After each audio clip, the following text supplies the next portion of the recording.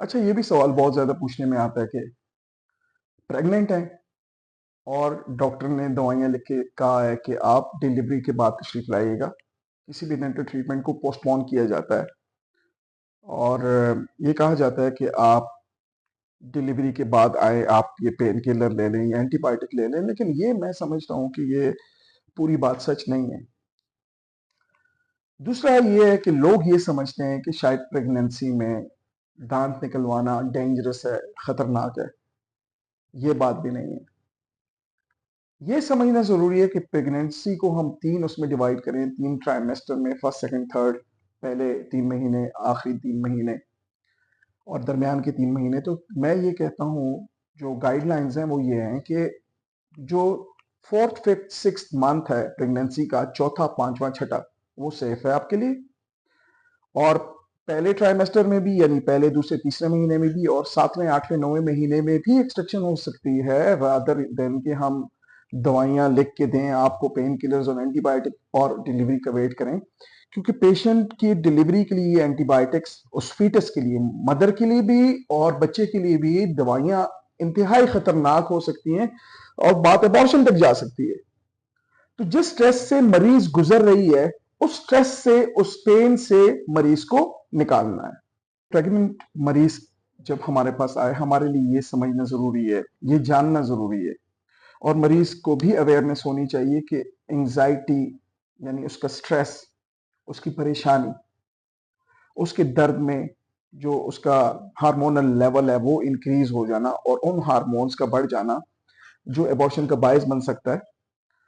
तो याद रखें कि जो दांतों के लिए आपको इंजेक्शन लगेगा वो खतरनाक नहीं है, उसमें जो एड्रेनलिन है वो खतरनाक नहीं है, लेकिन आपके मरीज के जिस्म में परेशानी और दर्द से एड्रेनलिन का लेवल ज्यादा हो जाता है, और इस हार्मोन का ज्यादा होना परेशान कुन साबित होता है, मदर के लिए भी और बच्चे के लिए भी।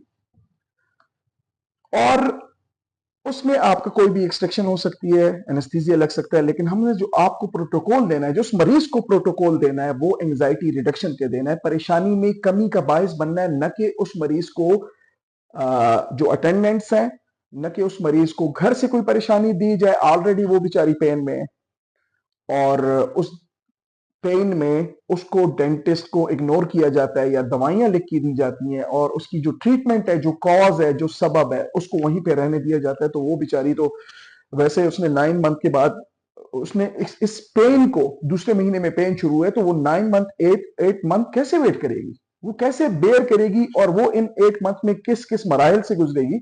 तो हम ये जुल्म नहीं कर सकते पेशेंट पे।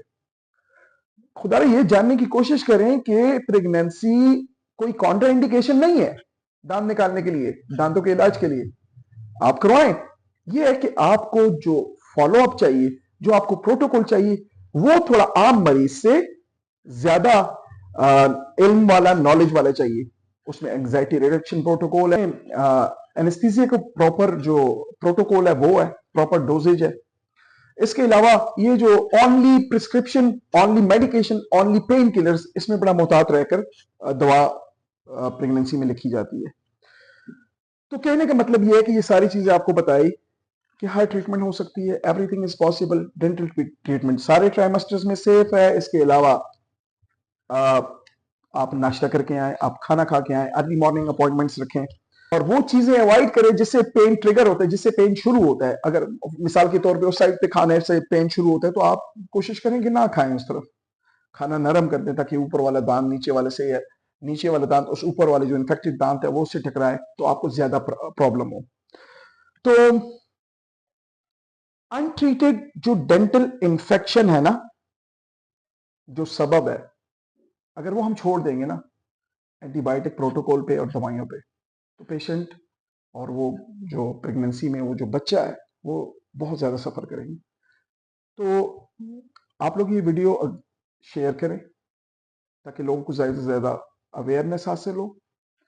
Smile studio with doctor Yasir आप सब्सक्राइब कर लें, लाइक कर लें, और इंशाल्लाह मिलते हैं फिर एक नेक्स्ट सवाल से। आप लोग हमें अपना सवाल पर्सनल मैसेज भी कर सकते हैं, और आप कुछ भी पूछना चाहते हैं तो आपके जितने भी सवाल आते हैं उनका जवाब मैं दूंगा इंशाल्लाह। Thank you so much. All the best.